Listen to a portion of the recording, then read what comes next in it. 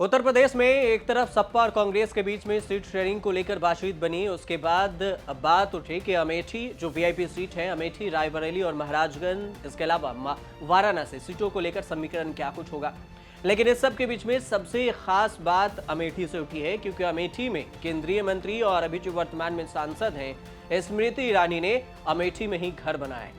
घर बनाकर ही वहां पर जनता से सीधे संवाद करने के फैसले किए हैं और उनका जो घर का गृह प्रवेश था वो आज किया गया, जिसमें गृह प्रवेश में उज्जैन से विद्वान पंडितों को भी बुलाया गया था। स्मृति ईरानी अपने पति के साथ इस पूजन में मौजूद थी।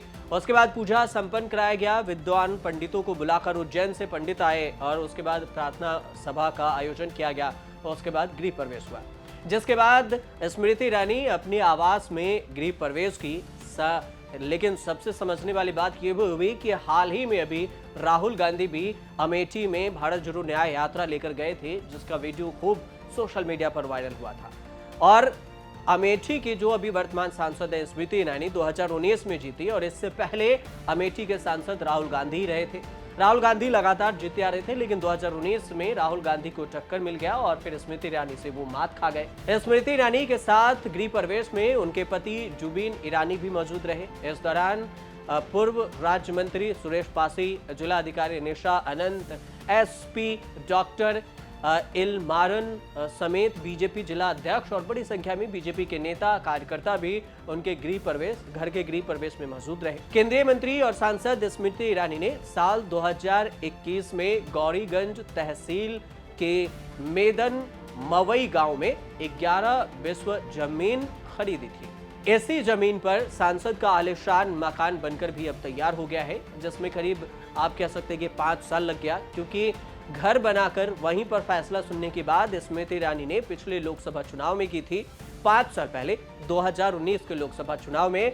और वो जमीन खरीदकर घर बनाने में, और घर भी ऐसे वक्त में बना है जब 2024 के लोकसभा चुनाव है, तो कहीं ना कहीं सियासी समीकरण भी निकाला जा रहा है कि अब स्मृति ईरानी चुनाव के वक्त में वहां पर घर बना रही है और जनता से सीधे संवाद के लिए जुड़ रही है, ताकि जनता से उनका कनेक्शन न टूटे और 2024 लोकसभा चुनाव में भी वो जीत दर्ज कर ले। स्मृति ईरानी ने पहली बार 2014 में अमेठी में चुनाव लड़ा था, हालांकि पहली बार में उन्हें हार भी मिली थी।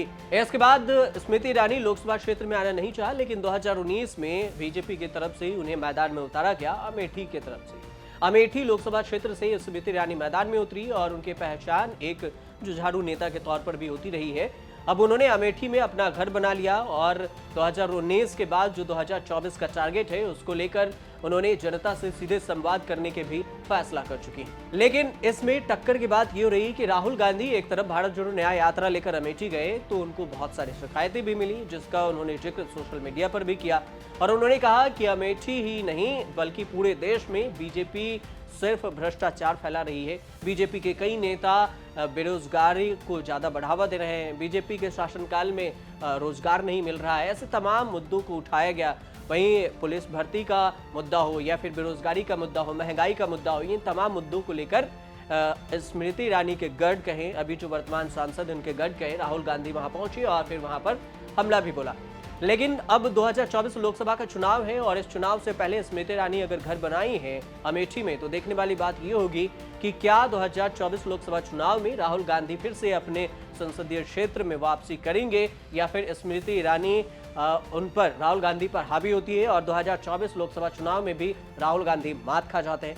हालांकि राहुल गांधी 2019 के लोकसभा चुनाव में 2 जगह से चुनाव लड़े थे, एक अमेठी, उत्तर प्रदेश के अमेठी से और दूसरा केरल के वायनाड से।